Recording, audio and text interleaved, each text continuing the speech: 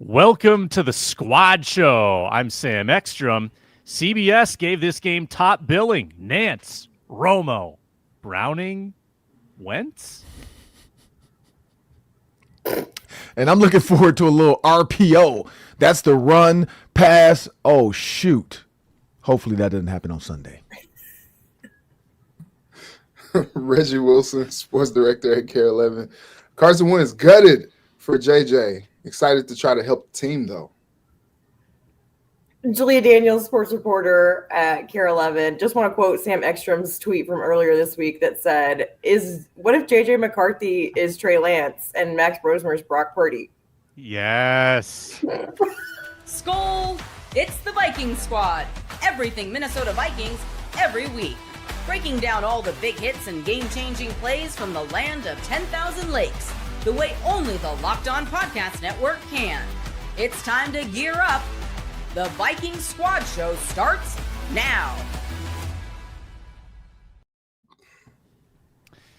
The Squad Show is live. Welcome in our Care 11 Spectacular on a Wednesday, as we do every single week. We've got Care 11's Reggie Wilson, Julia Daniels. You know Ron Johnson, host of the Ron Johnson Show, and I'm Sam Ekstrom. We're streaming on the Locked On Vikings YouTube channel. Find your audio on the Locked On Vikings podcast feed. It's free wherever you get your podcast. Today's show is brought to you by Mazda. Like our players, we sweat every detail because when you make every move count, pulling off the unexpected is only the beginning. Stay tuned later for highlights in this week's Moving the Game Forward. Mazda, move and be moved. Before this show is done, we'll have bold Carson Wentz predictions for Week 3. What's going to happen with Fargo's finest, Carson Wentz? Injuries abounding for the Vikings. We're still waiting for injury report number 1 of the week. We talk about those possibilities of who's in, who's out. But I want to begin here. Is the ceiling lowered on your Minnesota Vikings expectations? Possibly for a couple of reasons.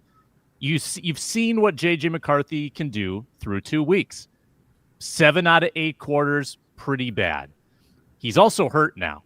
He's out for 2 to 4 weeks. He's got an ankle. Maybe that's something that lingers with him, even if he does return this season. But are the expectations lower now after seeing for 2 weeks, Reggie, this Vikings team?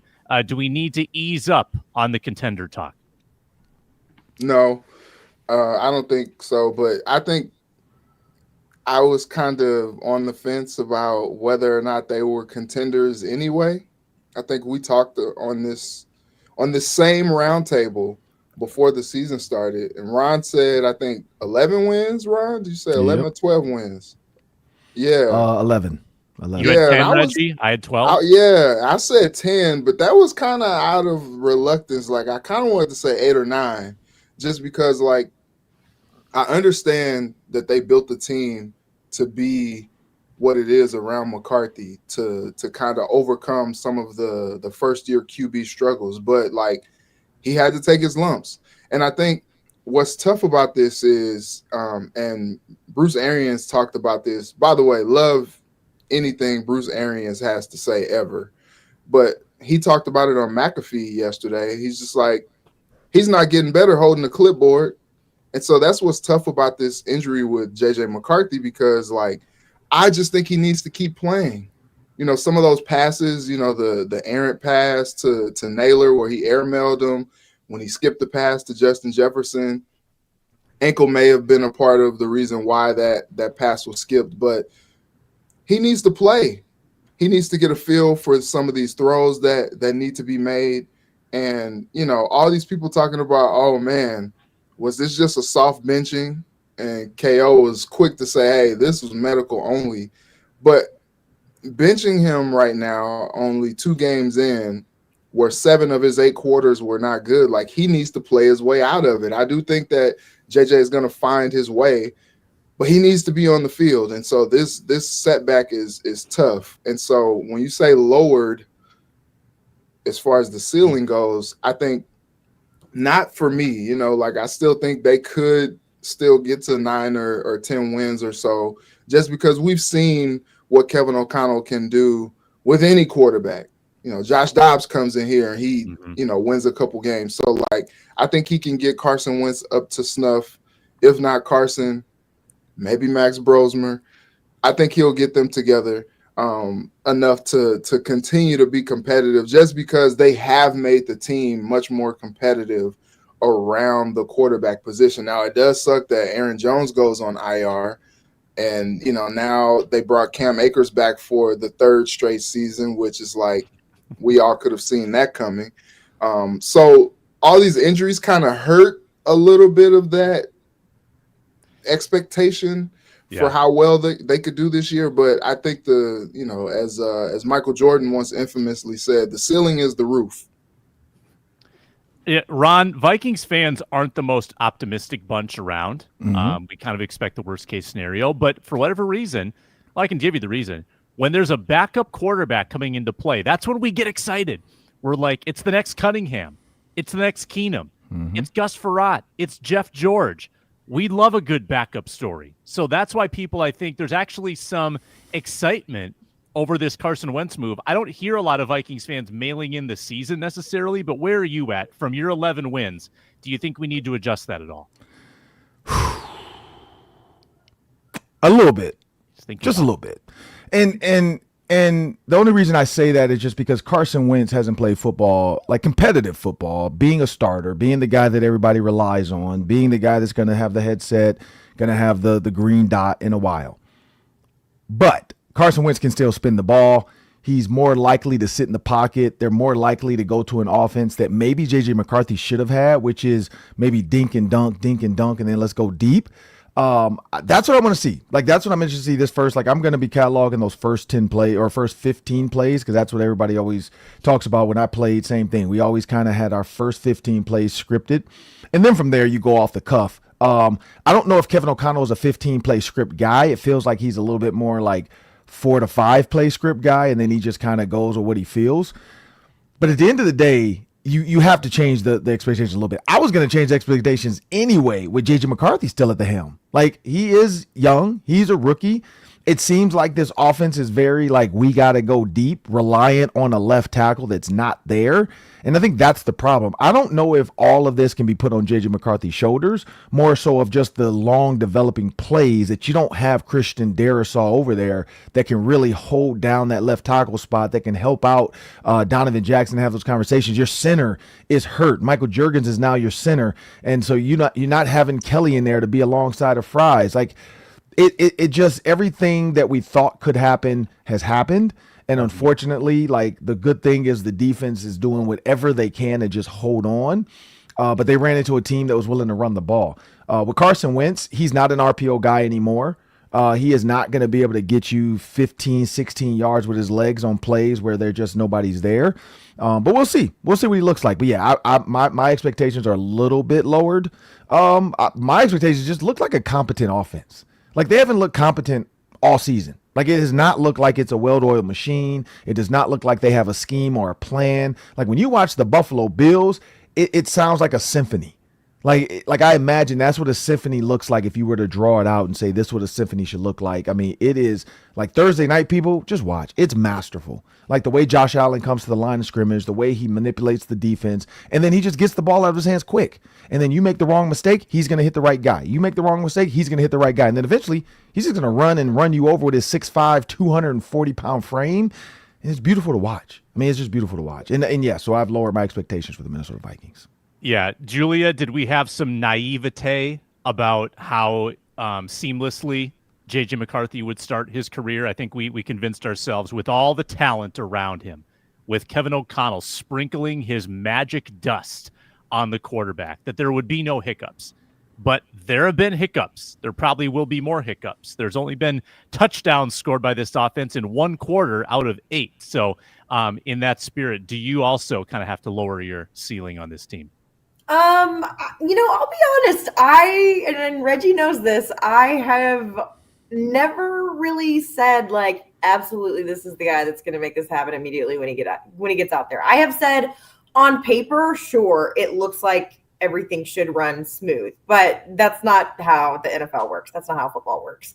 So I think this is actually pretty on par with what I was expecting. I saw a tweet from somebody after the game on Sunday, and it said everybody wants a quarterback to develop until the quarterback has to develop, and so people freak out and people get so worried. But it's like, we've not seen like JJ McCarthy get comfortable yet. We've not seen that. He's not had the opportunity to do that. He has his first game ever in the regular season of the NFL, and it's all this hype. He's coming off of it. I mean, we know the pressures that came with week 1. And then in week 2, and this is not to make excuses for the guy, but I mean, you guys know, because you guys all have kids, he's going into week 2 and he's had a baby 3 days before, and you can have all the money and all the help in the world, but it's still mentally, like, that's a very, not to be in a negative light, but it's a very taxing thing that just happened to you that week. And then you're going to go start Sunday Night Football opening in front of your fan base for the first time ever. I mean, mentally, it's just something that it's like, I can't imagine doing that. I can't imagine going in there and then doing well. And then also, you know, I don't know when the high ankle sprain happened, but apparently he was playing through it at some point. And so I think it's just something that is to be expected. You know, the expectation, and this is what we've talked about so often, the expectation that these guys are going to come in, and he's basically a rookie at this point, and just perform so well. I mean, we've talked about, he's basically given the keys to a Mercedes, but you have to learn how to drive, no matter what the car looks like. And so I think this is about on par with what I was expecting. And Reggie and I were talking to Ben Lieber after the game too, and we all were just came to the conclusion that you can't take 2 weeks of football and decide what the rest of the season is going to look like. We just have no idea. Mm-hmm. So I give JJ McCarthy grace, but at the same time, I didn't expect him to come in and be this like incredible quarterback that is wowing everybody, even though he has, you know, the weapons that he has on this offense. Yeah. Ron and Reggie, let's have a frank conversation about this. This kid, you know, Rome McCarthy being born, Wednesday or Thursday? I think it was Thursday. So if JJ McCarthy's literally sleeping in his home trying to care for this newborn child, I mean, the man probably got no more than 2 consecutive hours of sleep at any point leading up to Sunday, right? I mean, how do you think, what is it like, what are you allowed to tell your partner if you are an NFL quarterback and say, hey, honey, I can't help with this 2-day-old baby. I've got to sleep for my game on Sunday. How do you think the conversations went around the McCarthy household leading up to that game? Because I don't know. I don't know how it works when you're an NFL quarterback. Do you get a pass? Do you get a nanny to come and hang out all night? Like, what do you do? Yes. I really want to know. You have family. You have money. You do everything necessary. I think Kevin O'Connell's wife said it, something like that. Like, she let Kevin sleep in a different room to make sure he got sleep. And he's not even throwing a ball. He's just coaching. But she knew mentally he had to be ready. I'm pretty sure it was him.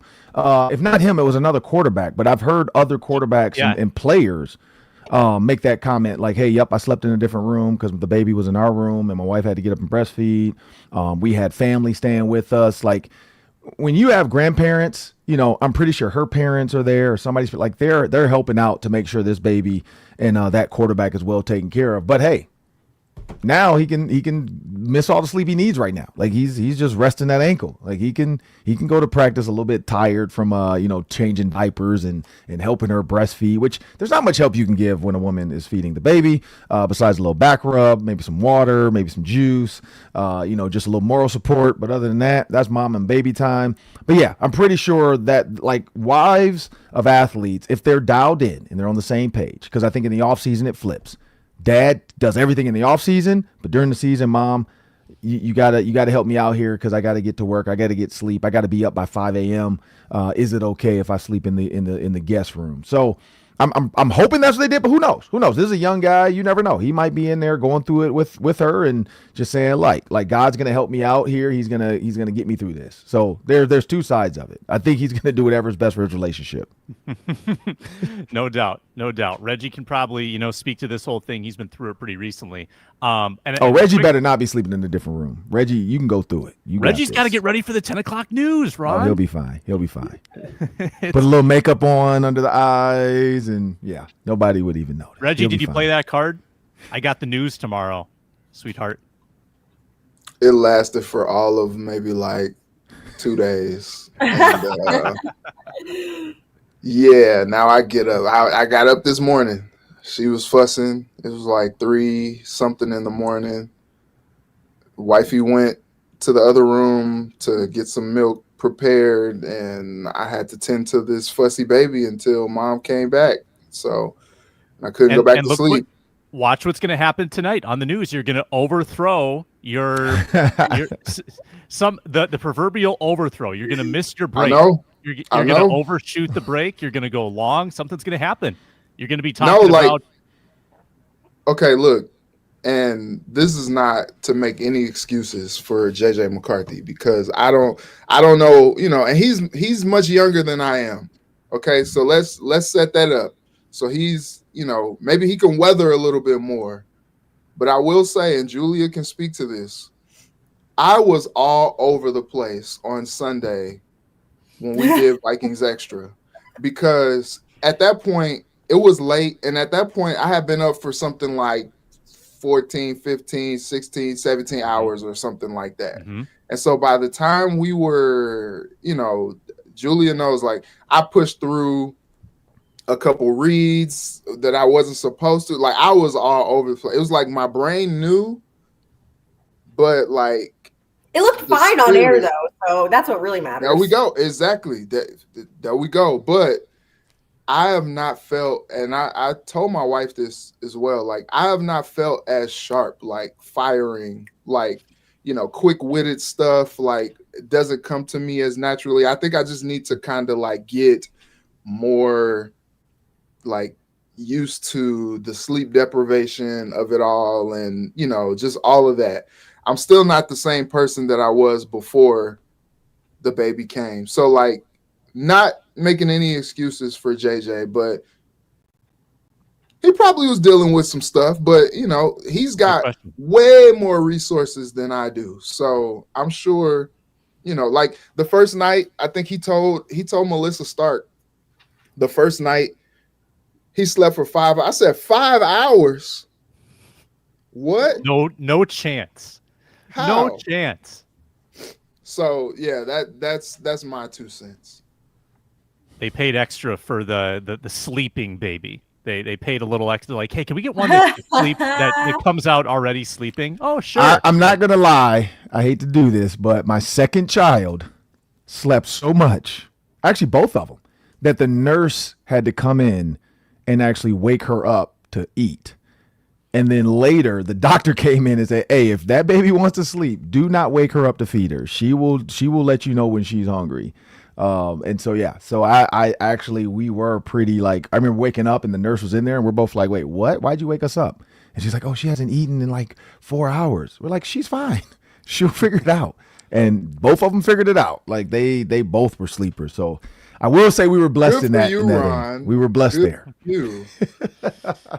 I've got one more football question about McCarthy versus Wentz on the other side of this break. And also, which injury is impacting the Vikings the most right now besides JJ McCarthy? That's next.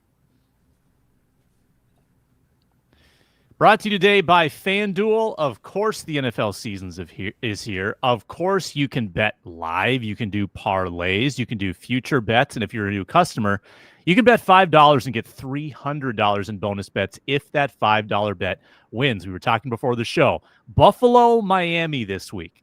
A $5 money line bet on Buffalo could get you a win and $300 in bonus bets if you're a new customer. I have a futures bet with the Colts winning the division, the Niners winning the division, the Falcons, and the Vikings. I have those 4 teams. 2 of those are looking pretty good right now. The Vikings are looking a little dicey. The Falcons, well, they just came up with a big win. I'm going to ride that excitement, though, the entire season. Are you ready to play? Download the FanDuel app now by visiting FanDuel.com to get started. FanDuel.com, place your first $5 bet. And thanks to the everydayers who tune in to all of our programming all week long. Robert Smith joined Ron Johnson yesterday on the Ron Johnson Show. Reg, I wanted one question about this before we turn to injuries.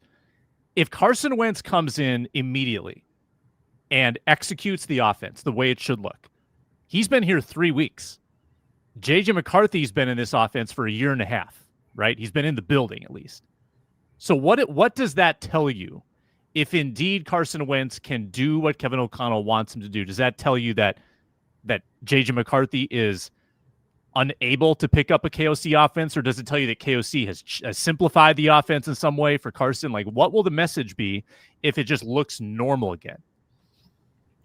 So I don't think that J.J. McCarthy has not picked up the offense. Like, I think it's funny because, like, you watch him in this game, in the first two games, and Ron probably can speak to this. When the ball was coming out on time, like, he was making the right reads. Like, there have been some errant throws and, all that, but, like, he's been making the right reads. Things just haven't worked out consistently. So I don't think the problem is that he doesn't know the offense as well. And then also, I think it's kind of tough because Carson Wentz has been in the league for a long time now. And he's also had some history in Sean McVay's offense for a year, which is probably super similar to Kevin O'Connell's offense. So there's some familiarity there. So he probably is able to pick up on some things. And that's probably part of the reason why Kevin brought him in. He was also in Andy Reid's offense, which, has some similarities in that West Coast style as well. So I think it's tough to compare the two because Carson's a veteran.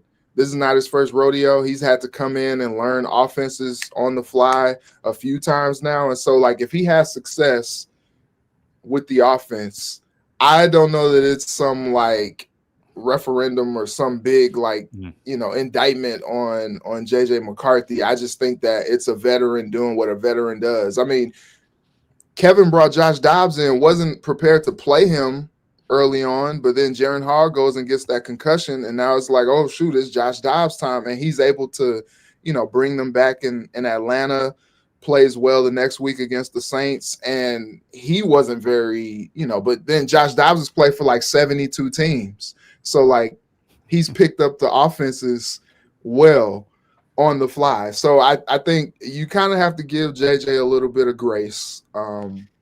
Like I said, he needs to play.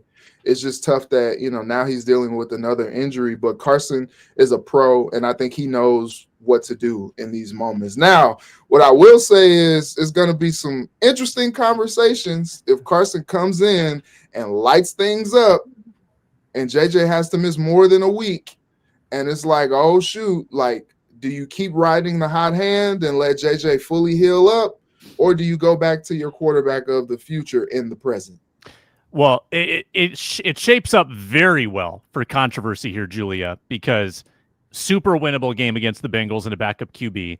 Then you go to Ireland and London. I find it difficult to believe that J.J. McCarthy would come back just to play in the London game with a bye week lingering. I think he's probably missing 3 games. And then you get a bonus week of rest. So he's out a total of 4 weeks, but he only misses 3 games. He's probably missing 3. Yeah. Very realistic that Carson Wentz could go 3-0. And then JJ comes back and, oh yeah, you've got Philly, Baltimore, the Chargers, the Lions, like murderer's row coming out of the bye. Wentz could look really good, and JJ could come back and look really bad because of the teams they're playing. And that's going to generate, I'm sure, a lot of really rational, calm discourse on Twitter. Yes. It's a journalist's dream. What do we talk about this week? I don't know. Probably the quarterback situation. That's what I would think. That is. I could see this playing out just as you explained it. There's nothing more that people that get paid to talk about football like more than a quarterback controversy that happens. So I'm interested. Also, I think KOC probably looks at a older quarterback looking for redemption like this. And he's like, ooh, another chance to take a quarterback who thought his career was over and turn him into a superstar. I'm just interested to see. I'm so interested to see how this week turns out. I think that this will be like the test to see if Carson Wentz has still got it. No. But I do picture things playing out exactly like you said, where JJ misses the next 3 games. Just because why not? Do it early and then figure it out after the bye. So I don't know. I am interested to see how things work out for Carson Wentz. But I agree with Reggie in saying, like, he knows how to adjust to a new NFL offense. And that's, experience is you can't match experience at this point. And so that's where JJ McCarthy kind of has a hindrance when it comes to his play right now. So, I am interested to see Carson Wentz and Jake Browning. Remember when he yelled, "You never should have cut me"? I don't know if they're going to give him a opportunity to yell that at the cameras again or not. But yeah, I do think we could potentially, unless Carson Wentz just comes in and he absolutely blows, which, could be a whole other thing. And then it's Brosmer time, right? And then it's Brosmer time. And then what if, like you said, Sam, he is Brock Purdy? What if? He is Brock Purdy. That's Ron. That's the dream scenario for you, right? Is Max Brosmer comes in and has a Purdy season? I mean, how sweet would that be? Well, I am rowing the boat today. We got the backup row the boat. We got the oar behind me. That's the engine that's pushing the boat. But yeah, no, Max Brosmer coming in, and if he does have a chance, I mean, we've seen what he did in the preseason. I mean, he has the ability to get it done quick. I don't think he's a guy that's going to go outside of the offense. I'm not saying JJ McCarthy is. I think JJ McCarthy has been in the game, and they've expected him to be Superman, and he's more Clark Kent right now. And so it's just let him figure it out. Let him figure it out. Like, he hasn't taken the glasses off. He hasn't put the cape on. Like, he's just let him go about his day, do his job, and move on. And I think they put a lot on his plate. For Carson Wentz, I hope, ladies, when you find a man, I hope your man looks at you the way Kevin O'Connell looks at old quarterbacks that he can make great again.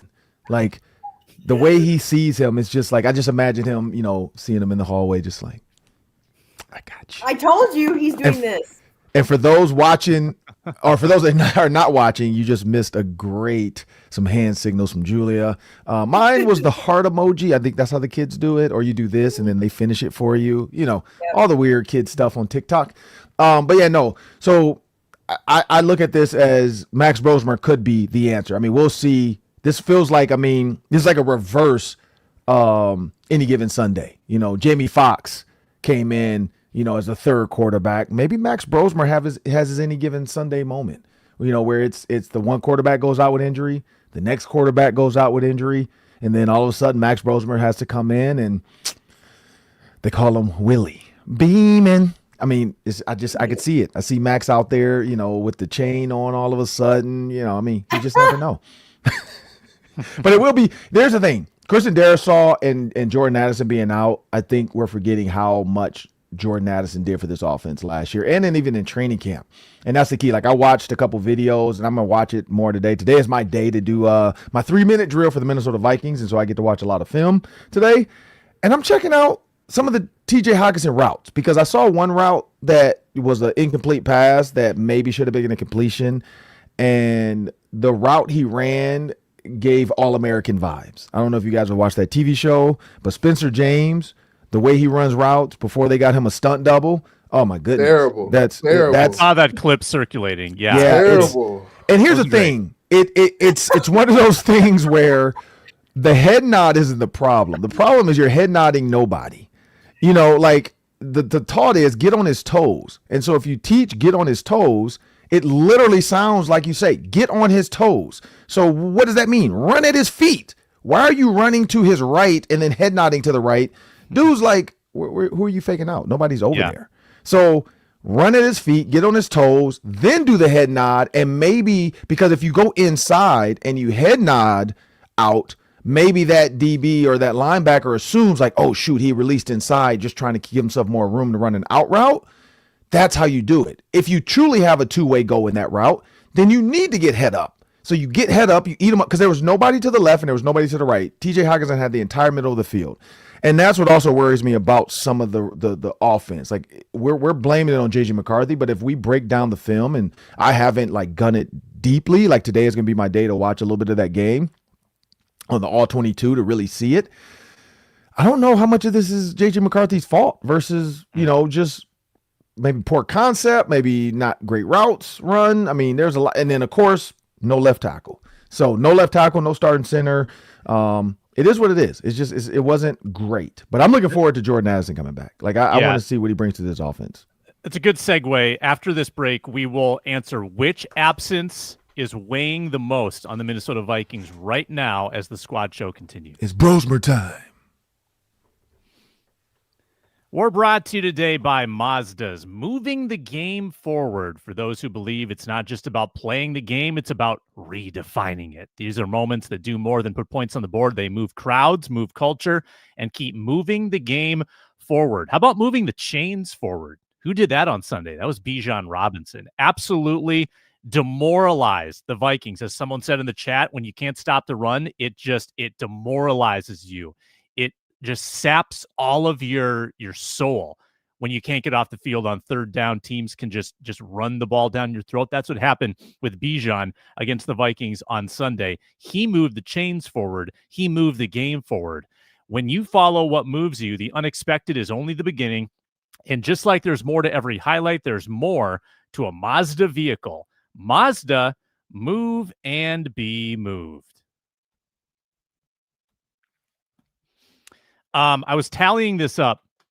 You know, let's say that there's 30 really important Vikings, 30 Vikings that play a regular role in any given game on offense or defense.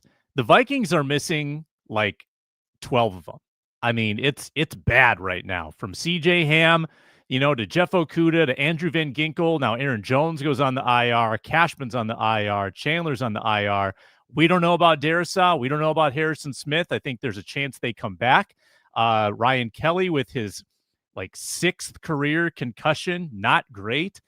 It's bad right now. And Jordan Addison is suspended for one more game. So let's go a minute or two each, starting with Julia. Which absence right now is weighing the most on the Minnesota Vikings? We're going outside of J.J. McCarthy because the quarterback's obviously pretty important. Outside of J.J., which one is impacting them the most?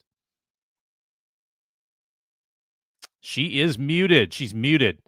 That's a put a quarter in the jar. Yep. I'd have to go off of what Ron was saying. I think Jordan Addison's absence has really been felt. I think we saw a lot of JJ McCarthy to Jordan Addison connections during training camp and in the preseason. And so I think he feels comfortable when Jordan Addison is out there. I don't know because I'm not in JJ McCarthy's head, and obviously we won't know for the next few weeks, but Justin Jefferson has been very vocal about I wish that it takes time to build the relationship of trust that he can just throw it up and I'm going to go get it. But I just based off of what I have seen at training camp and seen these two together, it feels like JJ McCarthy definitely feels that way when it comes to Jordan Addison. And I think he's learning that with the rest of the offense. But it seems to me that they have built a really solid connection when it comes to passing plays. And so I think that Jordan, when he comes back, his presence will definitely be felt. And I think also that's one of the keys to this offense has been, that's why they drafted Jordan Addison, was because we know that Justin Jefferson is going to get double and triple covered. And so that's really uncomfortable for a guy who's playing quarterback in the regular season for the first time ever. That's an uncomfortable spot to throw to. And so that's why, I see it on Twitter the past 2 weeks during every game. My friends are texting me that are Vikings fans, and they're saying, why are they not getting the ball to Justin Jefferson? Why are they not doing that? And I'm thinking, well, because for JJ McCarthy, this is his first time trying to trust his receivers when they're double and triple covered. And so you bring Jordan Addison out there and he pulls more coverage. Vice versa, either Justin gets covered and then Jordan doesn't, or And so I am interested to see what kind of impact he makes when he comes back. But I think that it's just an extra tool and somebody that he can use as a solid target whenever they both get back out there together. Ron, who you got? I'm going to go with, I know she's saying Jordan Addison. I'm going to go with Christian Darisaw. I think in the run game, running left, we haven't seen a lot of room to even run to the left. Like, and Brian O'Neill's never been a role grader when the run game. Brian O'Neill is great at footwork and keeping the pass rusher at bay long enough to let the ball go. So I got to go with Christian Darrisaw because just like washing guys down, the big, menacing presence of a strong, super good left tackle just hasn't been there with this offensive line. So I got to go with Christian Darrisaw. Reg. Yeah, I got to go Christian Darrisaw as well. I think, especially through those first 2 games, you just kind of look at how the efficiency of the offense has been and just the lack of time for JJ McCarthy as well. And you're just like, oh, man. And as good of a first game as Donovan Jackson had, that second game left a little meat on the bone. And so I think it'd be nice if he could form that duo on that left side with Christian Darrisaw so we could just kind of see what the maximum output could be with that duo, and also so that left side could just kind of be erased, and JJ doesn't have to worry about that. And so it's been glaring. School goes out there the first 2 games and just and then they people were calling for Walter Rouse, so School was just like, all right, I'm gonna get hurt so you guys can see what Walter can do. Walter comes in, he has some tough reps as well. So, like, you see just how much value a guy has to an offense, and all the money that I think Alec Lewis just put out an article about that. They spent something like $60+ million on the offensive line, and we've just seen the quarterback just take a beating the first 2 games. And so I think you just kind of want to see something better. But them getting their all-world left tackle back could be helpful there. Yeah, I think the sneaky one is Ryan Kelly, too, because he's in his career, he has missed 5 games for 1 concussion before. He's responded differently to his various concussions, and he's had a lot of them. And that could mean an extended absence for Ryan Kelly. And the drop-off that we witnessed, I mean, the snaps for Michael Juergens, like, out of the shotgun were, like, above JJ's head. He had to reach up. We had bad exchanges. And we've seen how a lackluster center performance can impact the offense. We saw Garrett Bradbury get overpowered at times, and it really wrecked things. And I'm concerned. I'm concerned about the drop-off because I don't know if Juergens can play at a high level. So I think that's certainly going to impact the offense going forward. There's a lot of pre-snap responsibilities that the center has. That's going to put more weight on JJ's shoulders. So I'm worried about the offensive line, both spots, left tackle and center. And I also want to see Harrison Smith back in the fold. It feels like the safeties have been a little bit neutralized or a little bit quiet. Haven't heard much from Theo Jackson. Jay Ward didn't have a great game. Josh Metellus has been having to do more stuff on the backside, so he hasn't been able to do stuff in the box. So I want to see Smith back and just get everything back in order as well on the defensive side of the ball.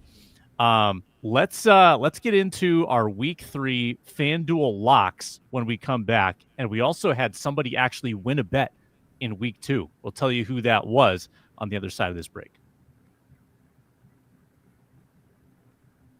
Brought to you today by Game Time. There's nothing like being in the stadium, surrounded by fans, cheering on your team as one. Let's be honest, getting tickets can be a hassle sometimes. There's login screens, you're stuck in a queue, the prices jump at checkout. That's frustrating. I've been there.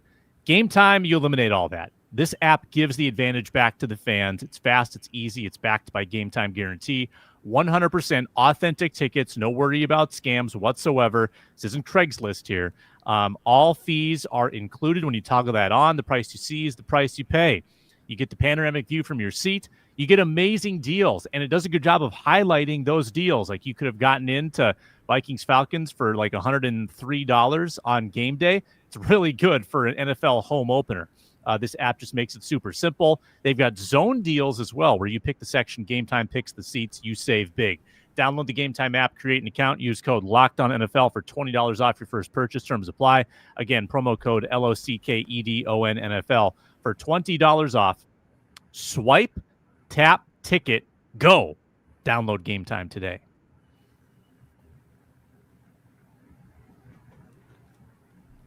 And be sure to check out the Vikings Squad Show tomorrow with Arif Hassan, Luke Braun, and Luke Inman joining as well. All right, FanDuel locks week 3. Let's revisit week 2.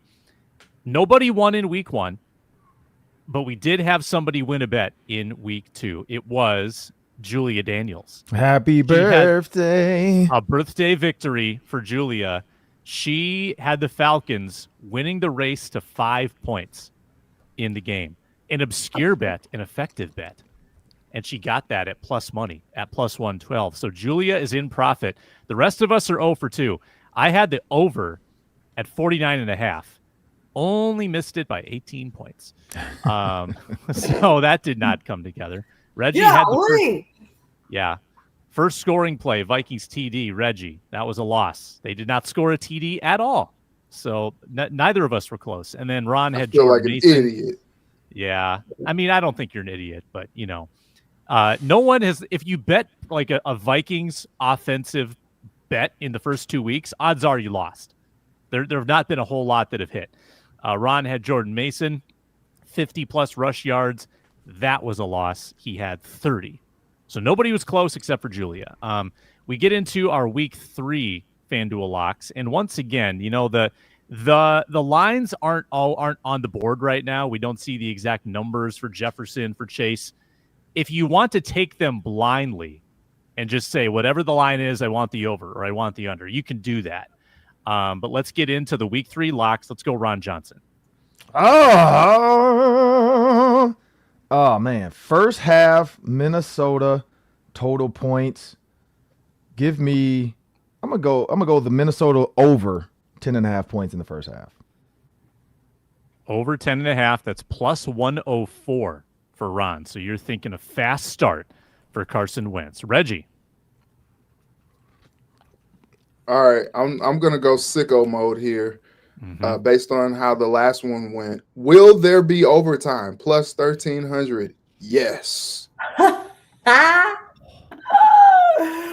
Plus 1,300.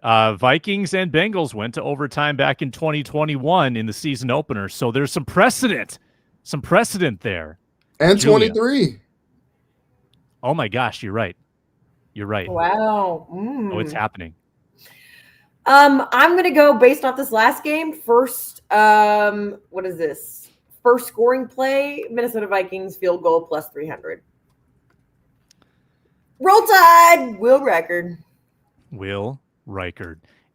I would say Will Reichard, bright spot of the first 2 games, has yet to miss. Love that guy. Yeah, he's good.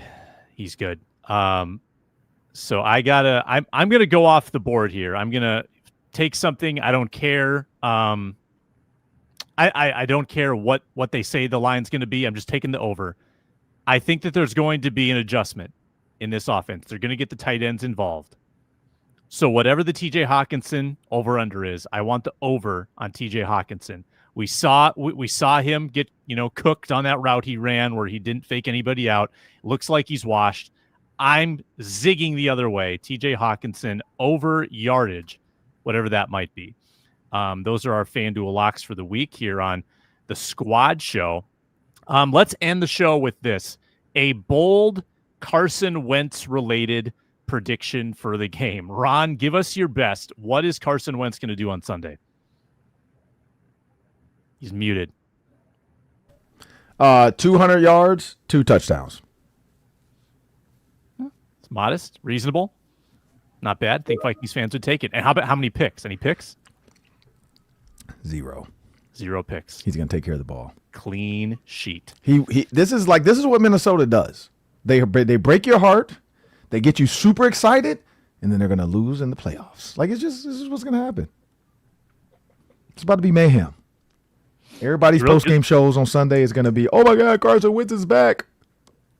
I mean, Carson Wentz has to complete the circle and beat the Eagles in the NFC Championship game, right? That's got to be – with the tush push. Clearly, we can't do a tush push with JJ McCarthy. We can't. Well, now it just looks like the Eagles are offsides every time they do it. I mean, that was the interesting replay that Fox showed, how everybody go. They're moving before the snap. Yeah.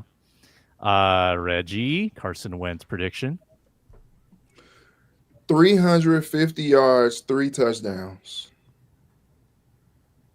Dang. That Bengals defense can be taken advantage of. And the score is going to be 44 to 42. How many yards did you say? 350. Ooh, wow. A lot of passing. I'm gonna. My maintenance just came You here. got. I'm gonna You got to go. 300 Okay. yards. 200 yards, 2 touchdowns. Did she say 300 or 200? 300. Okay, she did say 300. All right, we got a 200, we got a 300, we got a 350. I was going to go a little more obscure. I think that Carson Wentz is going to be all over the map. I think that there's going to be 2 fumbles. I think there's going to be 2 touchdowns. I think he's gonna run for like 3 big first downs in the game. I think that, speaking of tush push, I think he's actually going to be a good sneak quarterback. I think they're going to sneak with him. This is oddly specific, Sam. Well, this is how I roll in the bold prediction segment. I got to, you got to cast a wide net, and then if anything hits, then you sound like a genius. And then I cut it selectively, and I put it on social media. And then people say, wow, Sam, you're tooting your own horn. That's really lame. So I think Carson Wentz will have a chance to engineer a game-winning field goal drive at the end. And Will Reichert will make like a 64-yard field goal for the win. A Brandon in Aubrey overtime. In OT. And Reggie will cash plus 1,300. Yes. Vikings are 0 for 2 in the last 2 OTs against Cincinnati, by the way. Julia, you said 300 yards, right? Yes. Okay. All right. Those are our Carson Wentz predictions. Those are our FanDuel locks for Sunday. Vikings, Bengals, Nance, Romo, Browning, Wentz. Wentz and Nance kind of has a nice. Just as we all predicted. Just as CBS thought when they sent the A team there. Yep. Man, loaded announcer crews though for the first 3 weeks. You had Joe Buck, you had Mike Tirico, now you got Jim Nance. All I need is Kevin Burkhardt coming up to complete the bingo card. But we got the squad show tomorrow. Arif Hassan, Luke Inman, Luke Braun join, and we'll have coverage after Sunday's game on the squad show reaction version. Thanks a lot, everybody, for watching, listening, commenting, and subscribing. Thanks to Care 11. Watch the news, and we'll talk to you next time.